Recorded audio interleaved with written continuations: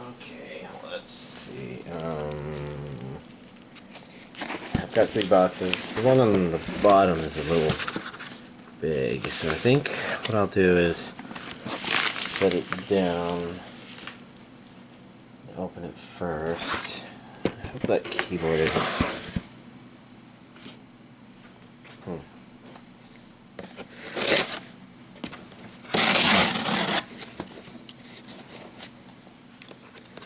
Maybe that's enough. Oof, sorry.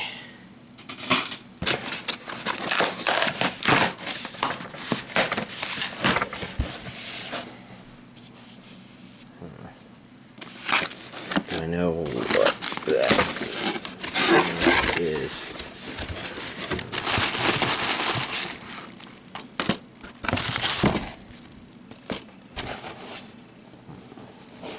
I'm just double checking to make sure there's nothing in that box before I toss it. And I got 2 more boxes. 2 more packages, rather.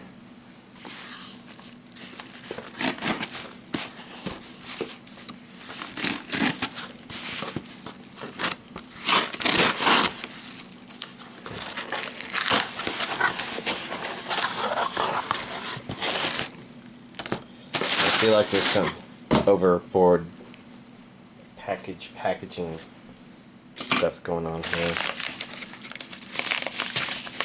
Oh, great. The adhesive on this one's being a tenacious piece of shit, so let's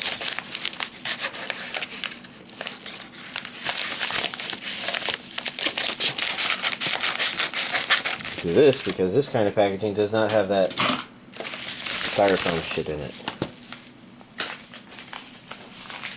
Alright. So, trying to think. Today's February 2nd, so yeah, okay.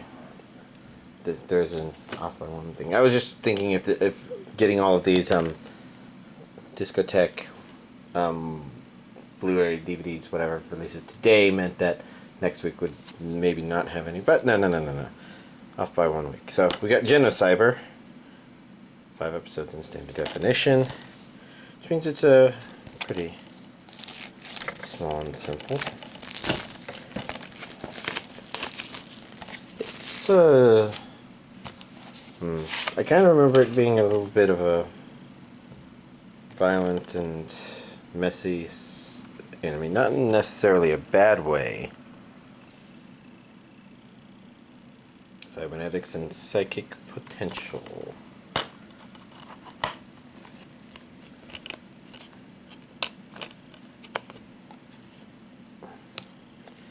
So in any case, as you can see, it's got a neat inner cover that's different from the sleeve, but if you prefer the sleeve art, then you have that on the inside as well. This is in English, blah blah.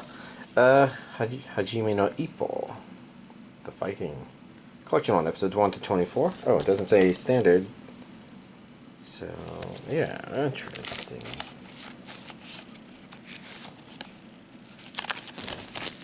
The fighting. Is this Fighting Spirit? Or is that a different anime? I'm blanking right now, but here it is. This kid punches above his weight. English, Japanese, Spanish. So that's an interesting one. We've got Spanish audio here. See the region A, dub outtakes, Spanish dub credits. Interesting. 2 discs. That on the inside. Yeah, I mean, if this is the one I'm remembering, maybe it wasn't Fighting Spirit. But I guess he would have. Yeah, he was a lightweight punching above his class, and he did Dempsey rolls, if I remember.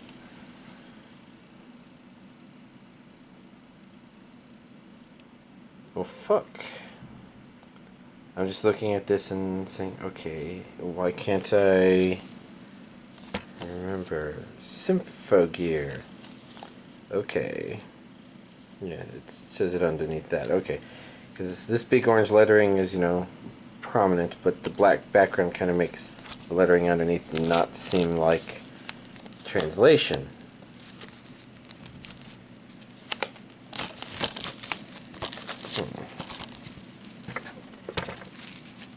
Oof, plastic.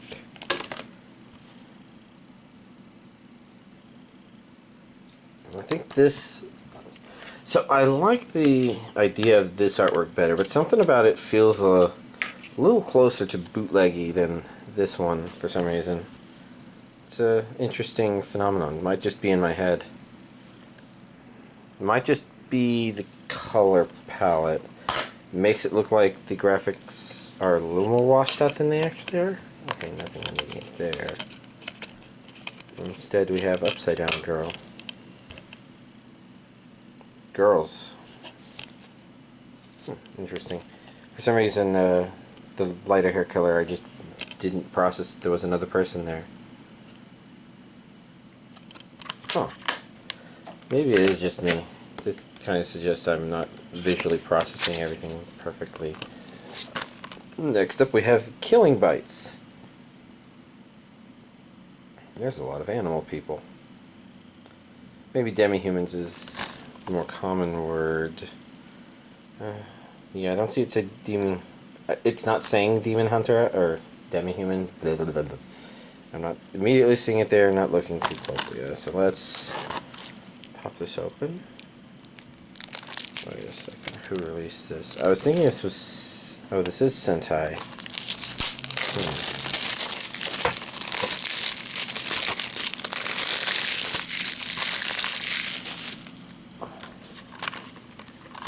Okay, this is Japanese with English subtitles only, region A. Closing promo Sentai trailers. Pretty normal stuff. What the fuck?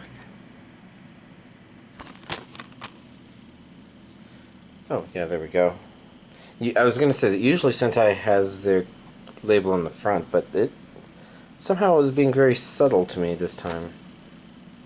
Hold on a second. There's that same clawy person from the front here, but wearing Ripley underpants. I feel a little plastic still right here. That's annoying, that's annoying. Didn't even notice there was a loose disc. So, you know, this... my thought was just that, you know, the fact that this is released sub-only usually means that, you know, they don't have as much faith in it. It's maybe a weirder fetishy sort of show, maybe? Don't know. Let's see. He's a smoking gun. We have No Guns Life. Collect 2 exclusive art cards. So I think there's something familiar about this about maybe a year or two ago. Somebody on VR chat, or maybe somebody on one of my VR chat friend Discords mentioned an anime about a guy with a gun for a head. I think this is it. Nice. Different seasonal.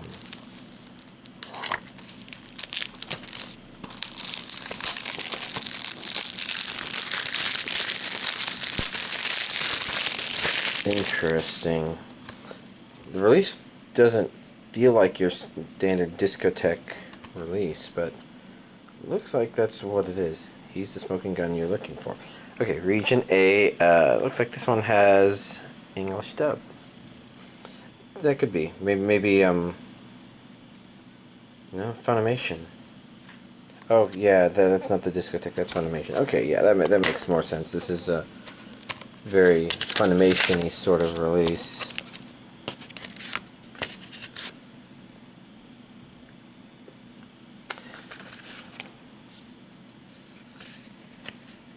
We need artwork.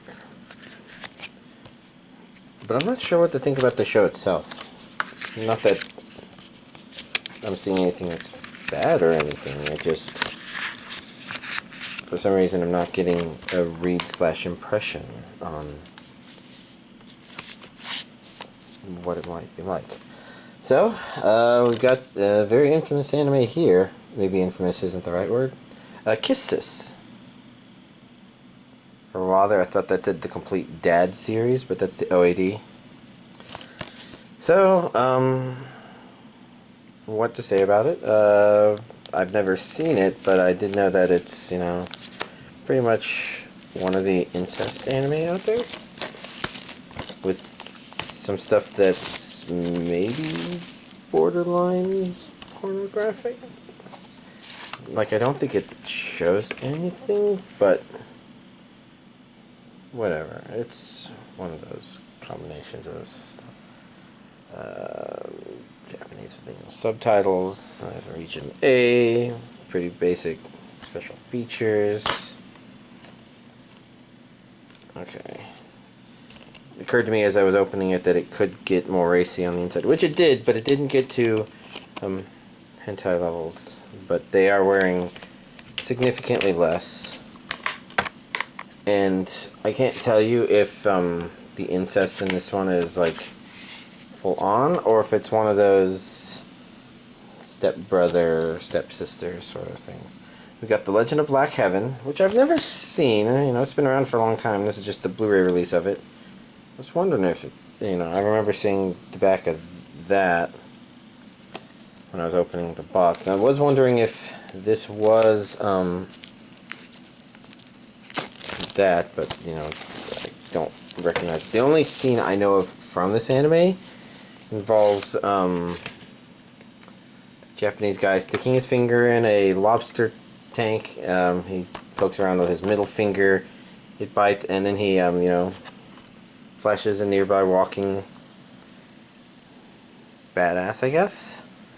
And it's kind of interesting because the guy is like, you know, just a big black guy, and you kind of have this stereotype of what the voices should sound like, but they wanted somebody who speaks English, so he sounds like a white nerdy guy, kind of. And it's amusing because, you know, it's just kind of difference in our expectations. Kind of says more about us than it says about the show, maybe. Especially since, you know, when you look online and you meet all these people, you know, usually you hear this deep voice guy and this light voice guy, and you're like, oh, well, I guess he doesn't look anything like I imagined. Here we have Sourcerous Stabber Orphen, which, you know, I'm like, oh, is this being released on Blu-ray finally? I should probably make sure I didn't already get it on Blu-ray. But oh wait, this is a... So I think I talked to somebody about remakes of stuff that have the same name as the old one, and it kind of confusing me. And this was one where I had looked into it to make sure if it was new or not. And based on the art they used here and on my anime list, this is not the one that I watched back in the 90s. Well, I guess technically I watched the one from the 90s back in the early 2000s, but I don't remember it at all. Which might be for the best. It means I could probably watch it. Region A and B, so this is importable with an English dub. Celebrate the 25th anniversary of the series with the remake. Looks like pretty standard special features, TV spots, opening, ending, and promo.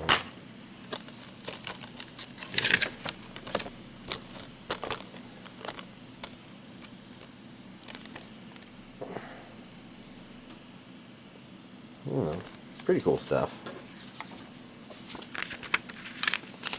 This one's probably a curiosity, especially since, you know, I don't remember the original series. I might watch this and remember some stuff, but for some reason in my head I'm mixing it up with that one with the god killer sword thing. Anyways, last but not least, we got a Kabukicho Part 2, which, you know, it took me a little while to place, you know, while it was face down, but then I recognized Moriarty there. You know, he definitely has that very standard Bishoujo young man boy thing. I don't know.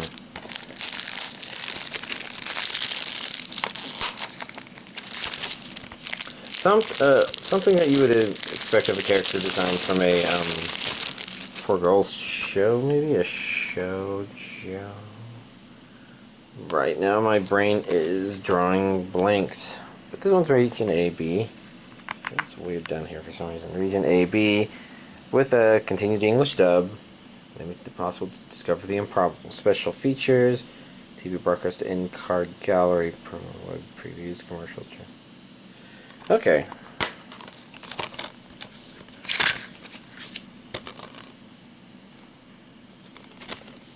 I never did catch his name. I mean, they probably said it, I just didn't catch it. So, you know, that's less something of them and more maybe another famous name that just flew over my head that I don't know. We got our various cast members.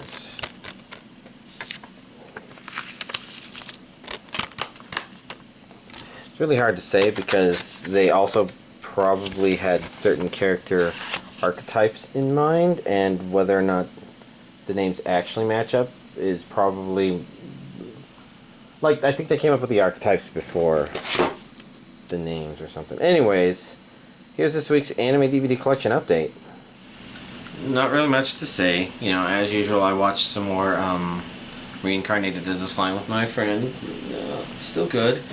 Only interesting thing I thought of, so like I mentioned, the show doesn't have much in the way of conflict, and it's usually generally enjoyable.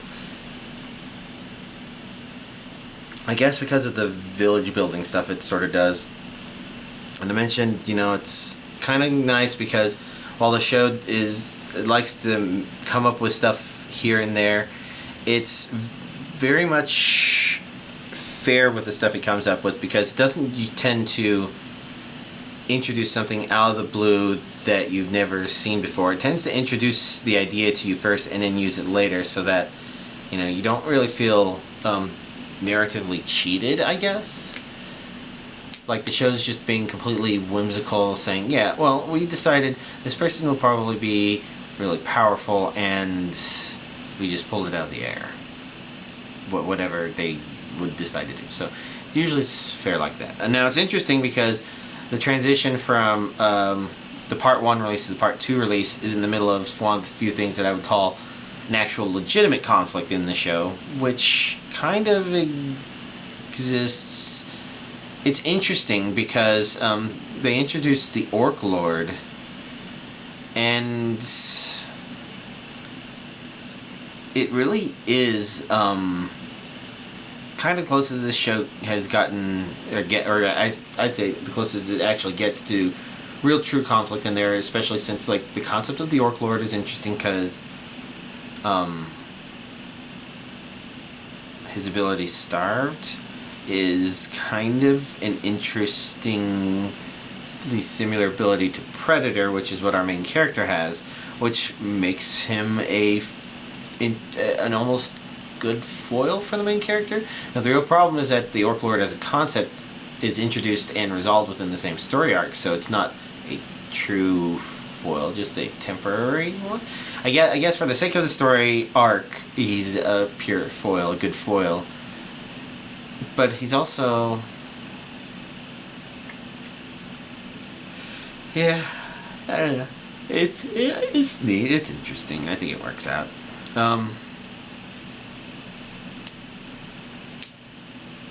And then you got everything else that happens. You know, it's good. As far as pausing points, so if it's a 4-disc release there, you know, it's a 2-part release. So Funimation released discs 1 and 2, and then discs 3 and 4, if you count it that way. The end of disc 3 is a really good pausing point. So if you watched part 2, disc 1, aka disc 3, you kind of end at a place where you're like, oh, okay, yeah, we can pick up disc 4 next time. That's kind of nice. So outside of that, I don't think I really have anything else to talk about. Even when it comes to my VR chat world, you know, I've been looking into and solving a lot of the synchronization issues. And there's one that I really just don't know how I'm going to solve. But I'm at the point where it's like, well, even if I solve it, the solution is not going to be radically bigger file size wise. So I think I'm okay with actually doing the last remaining work in order to go live with my world. So I'm pretty much doing that. I'm not sure if I've got all the music in, but I've gotten all the musical ideas I had, except for one, and the reason I haven't put that one in is that I'm not sure it might change the balance of the music that's in there, as in like,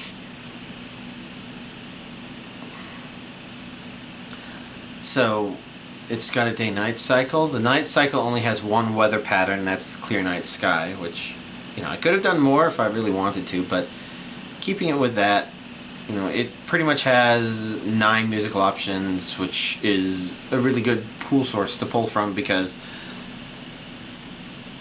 every time it's night it's going to choose, so it having a bigger bank of music makes sense, whereas during the day there's 3 pieces of weather. That would be clear sky, foggy, and raining. Raining would be snowing if it's during the winter months, which the game really simply defines as December, January, February. So right now it snows in there. And you know, each of those 3 weather groups that I mentioned has 5 song choices each.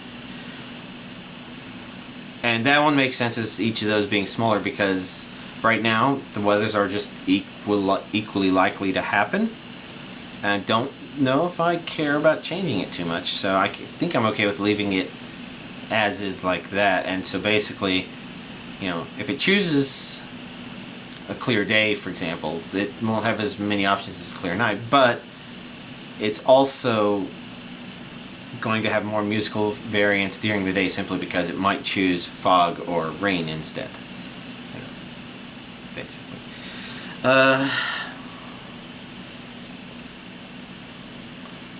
And it's possible, I did fix a problem with how I wanted the music to be set up, where I kind of want separate intro and looping or clips to play. And for some reason I thought that wasn't going to be so easy because of missing features from Udon from before, but I think I just looked and I'm like, oh wait, you can just do that and that. And so I've given that a shot, and I think it played just fine, but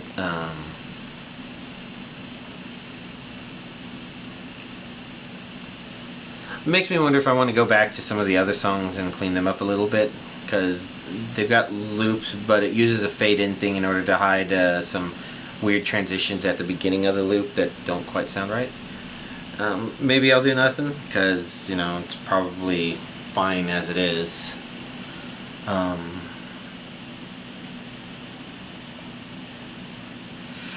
Oh, sorry. I'm getting exhausted, and it's still in the morning.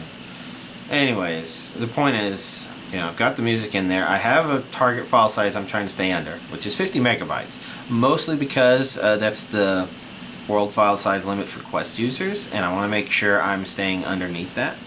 Now, whether or not it's going to be too processor intensive for Quest users or something and just too laggy, I'm not sure. I really should dig out my Quest and begin taking a peek at the world from that perspective. But I'm trying to get the last few features in, and then just publish it, I guess. And if I come up with a better idea on how to make certain things happen, then I guess I will. But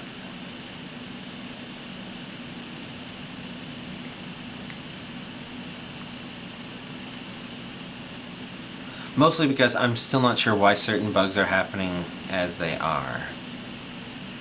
Especially since those suggest that everything works fine. Maybe it really is just that problem. Huh. Interesting. Well, yeah, it means give that a shot, but it does still seem like some parts of some items are experiencing gravity, even though it should in theory be turned off. I don't know. It's weird. So I'll just have to, I think to a certain degree I can accept it, because everything that's supposed to happen does happen. It just doesn't happen with the fluidness I was hoping for client users, and it doesn't happen with the exactness that I was hoping for as well. So make of that what you will. But this makes me think that it is possible I could be done come this weekend. Looking forward to that. Now, whether or not that means I start watching anime like I really should, because I know that's what y'all expect, I don't know. But, yeah, that's the summary of things. Y'all have a nice week.